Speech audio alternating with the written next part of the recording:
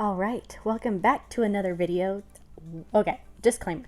This is not a tutorial video, so if that's what you're here for, please exit out. This is just showing y'all how I repurposed a quilt and how I used my serger for the quilt.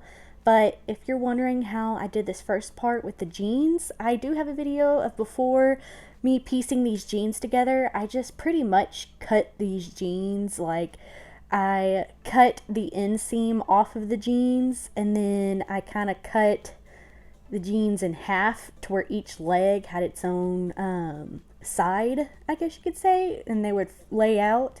And then I pinned them all together and serged the ends of them together so that they created this nice little square, but it wasn't a perfect square, so I ended up trimming off the some of the pant legs to match it into a square, but I kept the pockets, I kept some of the zippers on it, and I do not recommend doing it this way. I do recommend taking as much as you can of the material off, but see here, this is what it looks like when it's all pieced together.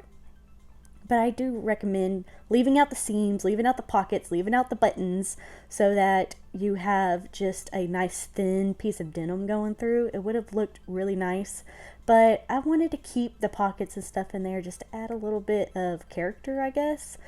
Also, please excuse the dirty house in this whole entire video. But this is me patching up the holes of the pants because these are my husband's old work pants. So I just patched up any holes, patched up anywhere that the serger didn't quite get to, because you can only get so far in the seams on the serger. But this is what this looks like once it's all patched up. And then I'm cutting t-shirts. I had 3 different colors, white, gray, and black, and they all had different textures. So after I cut all the shirts, I mixed all the white textured shirts. I mixed them all up so I didn't have one texture next to the other. Then I did the same with the gray and the black. Then in the next part, you could see me have 3 different piles, and I make one big pile, and I'm just trying to get all the different colors in separate stacks so that, well, the theory was that I wouldn't have one color next to the other. That didn't work out. I ended up getting like 4 or 5 solid black squares lined up still in a column somehow with the row of 18 that I made, which I made, I think it was maybe 16 rows of 18 or something like that. There's a whole chart, and I'll put it here to show y'all like how to make a king size quilt, because this is a king size. A king size takes a lot of squares. You have to make like 380 squares to make like California king, because that's what our bed is, and I wanted to be able to use it as our main comforter or quilt comforter type thing, or just to put over some of our comforters, because we have some thin comforters for the summer and we have some thick comforters for the winter. This would just be an everyday comforter that we can use any time of the year, but we could also stack it on top of one of our summer quilts if we needed to. But this is me serging the rows of the t-shirts. At first I did like, what was it? I did 1 row, and then once I got all of them into 1 row, then I would pin them and cut off any excess material, and then serge the 2 rows, serge the 2 rows to make one big thick row, I guess you could say. And then 2 became 4, and 4 became 8, and 8 became 16. And it's just a lot of pinning, trimming, and serging it all together. And I only did this for the jeans, the big piece of the jeans and the big piece of the shirts on the serger, because you can't do a top stitch on a serger. And if I had an actual sewing machine, I would have done all of it, or the rest of it, on the sewing machine. But after this, I hand sew everything. I hand sew the binding, and I had to use like a quilt pin or a quilt marker. It's something that you can mark on it and then wash later to make all the straight lines. But these rows, when I did serge them together, it made one nice crisp line. So I just sewed a 1/4 inch from the seams on each side and y'all see that in a little bit.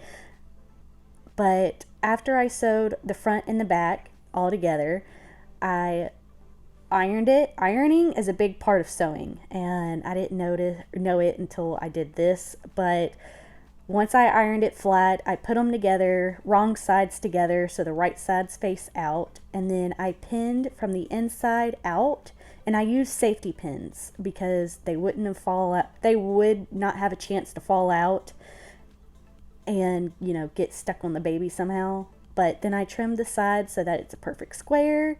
And this is me doing the top stitching. I'm so sorry if I'm going to miss anything. If y'all have any questions, please comment down below. And also make sure you subscribe and like for more videos like this. This is not really a tutorial. It's just me going through what I did. So if you already know how to sew, you know, maybe you get some kind of idea or something. I don't know. But it's kind of like a chit chat, you know, get ready with me, but sew with me or quilt with me. I do plan on doing another quilt with Ellie's clothes.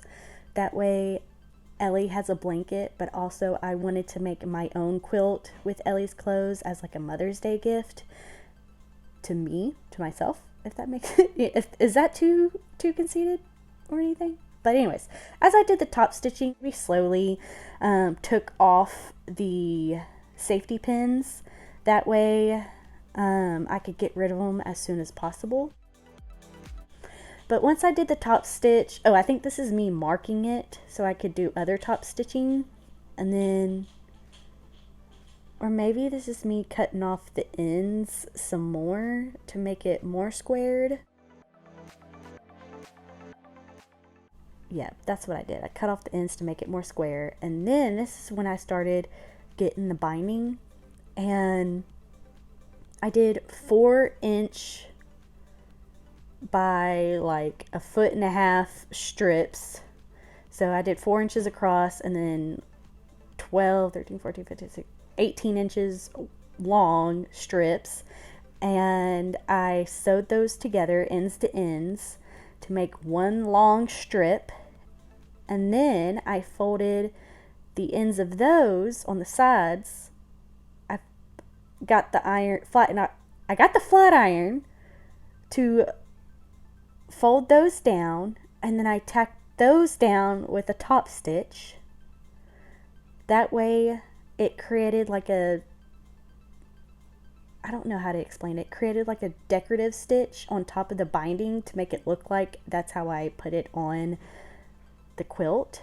But then once I folded those, I folded that binding in half and did another top stitch along the spine, maybe like 1/4 inch from the spine of that long strip, just to create another little top stitch look for the binding. And then I actually attached the binding with another stitch where you actually go through the folds and then you go through the quilt and then back through the folds and then through the quilt, and then you just go back and forth. So technically the binding has 4 stitches. 3 are not needed, but I just wanted to add some decorative stitching just to add more detail to it. So if y'all really want to know in depth of how to do the binding, or if I'm confusing y'all, I'm sorry. Again, this is just me showing y'all how I repurposed my husband's work clothes. But I was also watching Euphoria, so you're going to see me looking back and forth in this clip because I was like so interested in it. And oh my goodness, if y'all seen season 2 of Euphoria or the first 2 episodes, let me know, because I am just like, one, I do not recommend kids watching it. It is crazy. So this is what it looks like. This is the binding all put together, and I just love how it looks. It adds a masculine feel to our house because, you know, I have a bunch of girly stuff, so it's nice when Josh gets a little, you know, some masculine features in the house. But I just love how this turned out. It looks really good. I love how it looks in our room. My husband loves how it looks. He spends a lot of time in the room, so it's kind of like his little space. But I hope y'all enjoyed this video. I'm sorry if this was confusing. I just, you know, wanted to share with y'all my process of doing this, even though it's not in depth, but there are plenty of tutorials. That's what I did. I looked up on YouTube to get all of this stuff. So like and subscribe, and thank you for watching. I'll see y'all till next time. Bye.